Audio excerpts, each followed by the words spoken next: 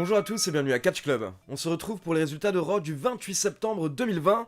Allez, c'est parti. Le show démarre avec l'entrée de 4 légendes. Il s'agit de Ric Flair, Big Show, Christian et Shawn Michaels, qui sont bien entendu les 4 catcheurs qui sont intervenus lors du match entre Drew McIntyre et Randy Orton à Clash of Champions. Et justement, le champion Drew McIntyre les rejoint dans le ring, alors que les commentateurs nous expliquent qu'à Clash of Champions, Randy Orton a un petit peu récolté ce qu'il a semé ces derniers mois. McIntyre prend le micro pour nous expliquer à quel point il est proche de ces 4 légendes, puis Shawn Michaels explique qu'ils sont là pour remercier Drew McIntyre d'avoir enfin botté les fesses de Randy Orton. Michaels nous explique que les 3 autres légendes et lui se sont rassemblés afin de se venger sur Randy Orton et également un petit peu rétablir la balance lors du match dimanche soir, car il faut rappeler que dans les storylines, Drew McIntyre a catché à Clash of Champions alors qu'il était censé être encore blessé à la mâchoire. Donc Shawn Michaels précise que Drew McIntyre n'était pas au courant que les légendes allaient intervenir à Clash of Champions, et il espère que Drew McIntyre ne leur en veut pas. Mais McIntyre dit qu'il n'y a aucun souci avec lui, ça lui fait plaisir quand des gens frappent Randy Orton. Et là d'un coup nous avons Randy Orton qui apparaît sur l'écran géant. Randy Orton dit qu'il espère que Drew McIntyre profite de ce moment,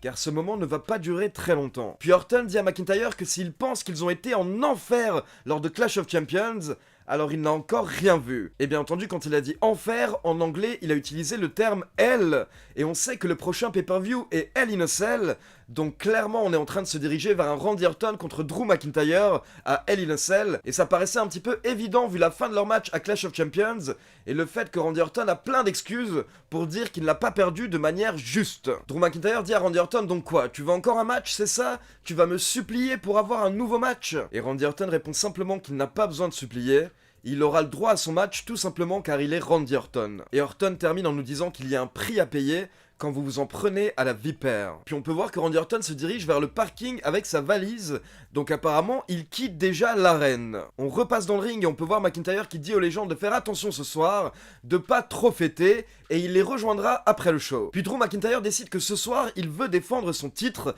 car c'est ce genre de champion qu'il souhaite être, et Drew McIntyre lance un Open Challenge. Ce soir, il va affronter quelqu'un qu'il n'a jamais affronté auparavant pour le titre WWE. Il veut donc donner sa chance à quelqu'un qui ne l'a jamais eu. Puis on passe en coulisses pour une petite interview de Zelina Vega. Zelina Vega nous dit que Asuka n'est pas prête pour elle, car ce soir, les deux catcheuses vont avoir un rematch de Clash of Champions. Puis Zelina Vega commence à parler en espagnol, mais elle est interrompue par Asuka qui débarque. Puis les deux catcheuses commencent à s'engueuler et ça commence même à s'embrouiller, donc des officiels interviennent pour les séparer. Du coup, on enchaîne directement avec Asuka contre Zelina Vega pour le titre féminin de Raw. Et honnêtement, encore une fois, on a eu un bon match, voire même un petit peu meilleur que Clash of Champions. Zelina Vega qui s'est encore une fois très bien défendue, mais au final, c'est Asuka qui a remporté le match en environ 8 minutes avec le Asuka Lock. Et après la pub, on peut voir que Andrade est dans le ring, alors que Zelina Vega est en train de remonter la rampe d'entrée, et Andrade commence à engueuler Zelina Vega en lui disant qu'elle n'est rien sans lui. Andrade nous dit que Zelina Vega rejetait toujours la faute sur lui, mais au final, regardez-la. Donc on peut voir Zelina Vega qui est touchée,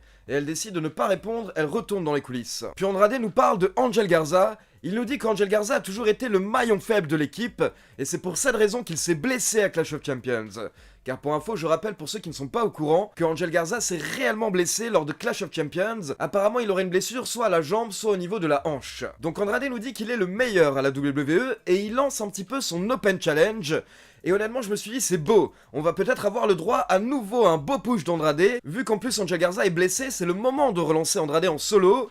Mais là, on a le droit à la musique de Keith Lee, donc j'ai rapidement compris que ça allait mal se passer pour Andrade. Et en effet, Keith Lee a battu Andrade en moins de 3 minutes avec son Spirit Bomb. Puis en coulisses, on retrouve MVP, Shelton Benjamin et Bobby Lashley, qui comme d'habitude font un petit peu les méchants avec des employés en coulisses, et bizarrement on peut voir que Cedric Alexander n'est pas avec eux. Puis on a le droit à un petit segment autour du titre 24/7, avec Tozawa qui a réussi à remporter le titre en effectuant le tombé sur R-Truth, puis Drew Gulak qui est un catcheur de SmackDown a battu Tozawa pour devenir champion 24/7, mais au final c'est bien R-Truth qui a récupéré le titre. Puis on passe en coulisses et on retrouve le Messie Seth Rollins en costume qui va voir son disciple Murphy. Seth Rollins nous dit que c'est une grande soirée ce soir, car la famille Mysterio est invitée au King's Court de Jerry Lawler. Puis Seth Rollins dit à Murphy qu'il n'a pas de match ce soir, donc il lui demande pourquoi est-ce qu'il est en tenue de catch, et Rollins lui dit d'aller mettre le costume qu'il lui a acheté. On peut sentir que c'est un petit peu tendu entre les deux, mais Murphy obéit, il part mettre son costume.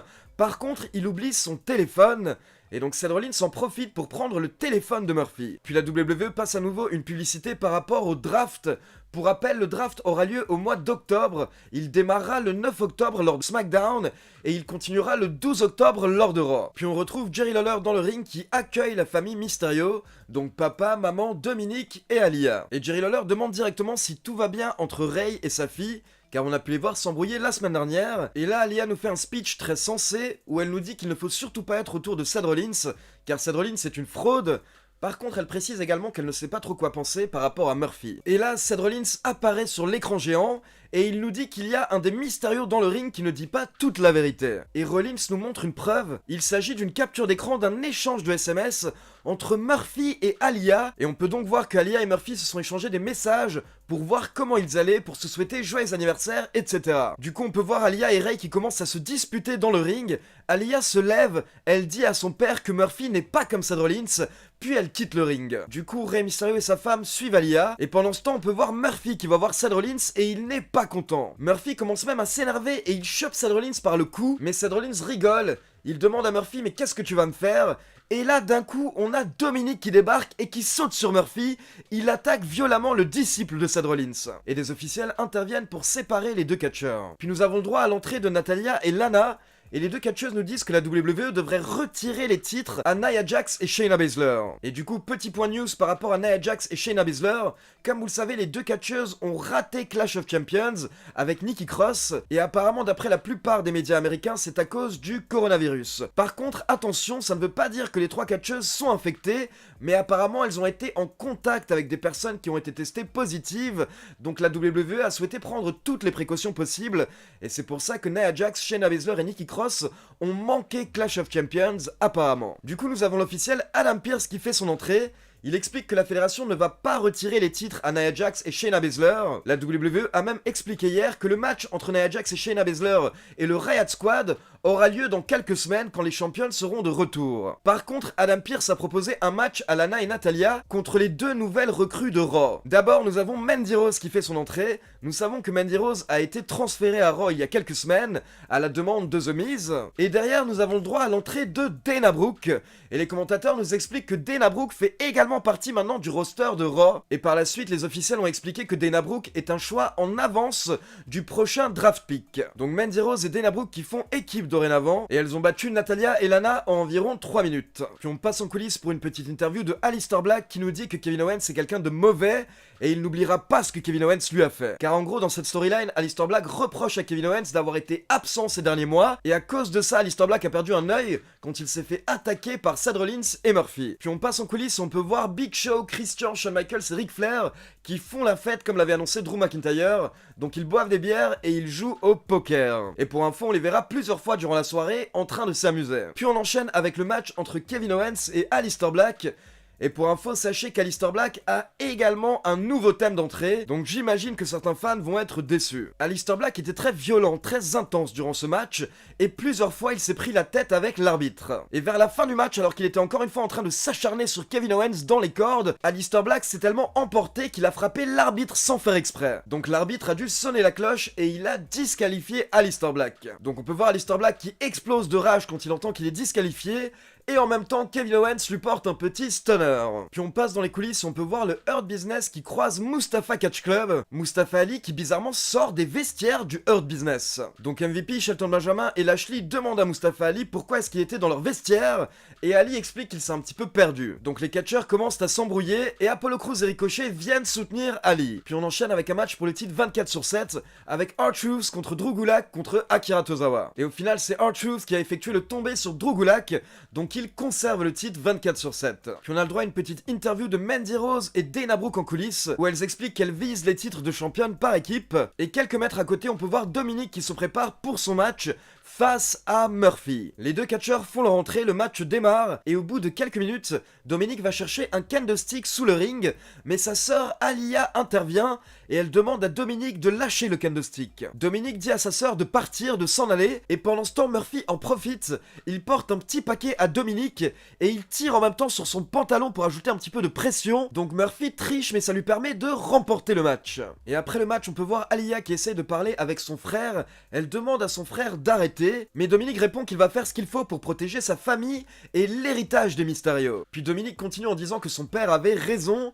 Aalyah est naïve. Et là, sa sœur n'a pas apprécié, donc Aalyah a giflé Dominique, puis elle est repartie dans les vestiaires. On passe ensuite en coulisses et on peut voir Dolph Ziggler qui dit à Adam Pearce qu'il a une idée pour l'adversaire de Drew McIntyre ce soir lors de l'Open Challenge. On enchaîne avec l'entrée du Hurt Business, MVP, Bobby Lashley et Shelton Benjamin. MVP nous explique que Cedric Alexander a perdu la semaine dernière, donc ils l'ont envoyé dans un camp spécial du Hurt Business afin de l'entraîner pour qu'il évite ce genre de défaite dans le futur. Mais en toute honnêteté, l'absence de Cedric Alexander était un petit peu bizarre, et qui sait, peut-être qu'il est absent pour les mêmes raisons que Shayna Baszler, Nia Jax et Nikki Cross. Puis nous avons le droit à l'entrée de Mustafa Ali, Ricochet et Apollo Crews qui commencent à se battre avec le Hurt Business alors que le match n'a même pas encore officiellement démarré. Donc le Hurt Business se défend, puis les trois membres se retrouvent dans le ring.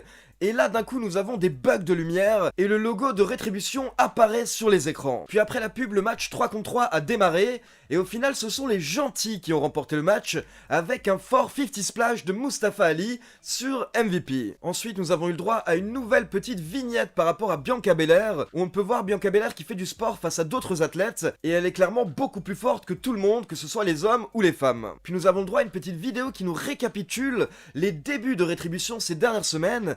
Mais pour info, il faut savoir que hier soir, les membres de Rétribution n'étaient pas présents, et apparemment on ne risque pas de les voir avant 2 semaines, car d'après les journalistes américains, les membres de Rétribution étaient également en contact avec des personnes qui ont eu le coronavirus, donc la WWE a décidé que les 5 membres de Rétribution vont être en quarantaine pendant 2 semaines. Donc malheureusement ça va encore une fois freiner la storyline de Rétribution. Par contre, je tiens à préciser que même s'ils ont été en contact avec des personnes qui ont le virus, pour le moment, apparemment, les membres de Rétribution ne sont pas positifs eux-mêmes, comme Nia Jax, comme Shayna Baszler, Nikki Cross, etc. On enchaîne avec le main event et nous avons le champion Drew McIntyre qui fait son entrée, puis Dolph Ziggler fait son entrée, et je pense que vous l'avez senti, il nous présente l'un de ses anciens coéquipiers, Robert Roode qui fait son retour. Du coup on passe au main event et vous l'aurez remarqué j'imagine, hier soir nous n'avons pas eu de Raw Underground et pour info pour le moment nous ne savons pas si c'était exceptionnel ou si c'est définitif. Donc Robert Roode a une chance pour le titre WWE dès son retour et bien entendu Dolph Ziggler a essayé de l'aider durant le match, il est intervenu notamment un moment pour sauver Robert Roode et du coup il s'est pris un Claymore Kick. Et derrière Robert Roode a pu porter son Glorious DDT mais Drew McIntyre s'est dégagé avant le compte de 3. Puis McIntyre a évité un second DDT et il a répondu avec son Claymore Kick pour la victoire. Donc Drew McIntyre conserve son titre, mais attention ce n'est pas terminé, car on a une caméra qui passe en coulisses, et elle suit un employé qui s'occupe de l'entretien et du ménage. Et cet employé se rapproche d'une porte, et on peut voir que c'est le Legends Lounge, donc la salle dans laquelle sont Ric Flair, Christian, Shawn Michaels et Big Show. Puis d'un coup cet employé enlève sa capuche et son masque, et on peut voir qu'il s'agit de Randy Orton. Randy Orton qui est toujours présent, il a une chaise, et surtout ce qui était magnifique, c'est qu'il a des lunettes de vision pour pouvoir voir dans le noir. Donc hier soir, Randy Orton en mode commando, qui rentre dans le Legends Lounge, il éteint la lumière, donc là on ne voit plus rien, mais d'un coup on entend plein de cris et des coups de chaise. Puis quand Randy Orton rallume la lumière, les 4 légendes, Shawn Michaels, Ric Flair, Big Show et Christian, sont tous inanimés au sol. Et on peut voir que Randy Orton est content, il a fait son travail, donc il remet son masque, il remet sa capuche et il s'en va, pendant que des officiels courent vers le Legends Lounge pour aider les légendes. Donc c'était une magnifique réponse de Randy Orton suite à Clash of Champions, et comme vous le voyez au final, ce match à Clash of Champions n'a décrédibilisé ni Randy Orton ni Drew McIntyre, et au final ça leur donne même une raison d'avoir un autre match à Hell in a Cell, et c'est sûrement ce qui va se passer. Donc voilà, c'est tout pour les résultats de Raw. Maintenant comme d'habitude c'est à vous, n'hésitez pas à me laisser vos avis dans les commentaires, et comme d'habitude n'oubliez pas de liker la vidéo, de vous abonner à la chaîne et de cliquer sur la petite cloche pour être informé de la sortie des prochaines vidéos. Ciao tout le monde!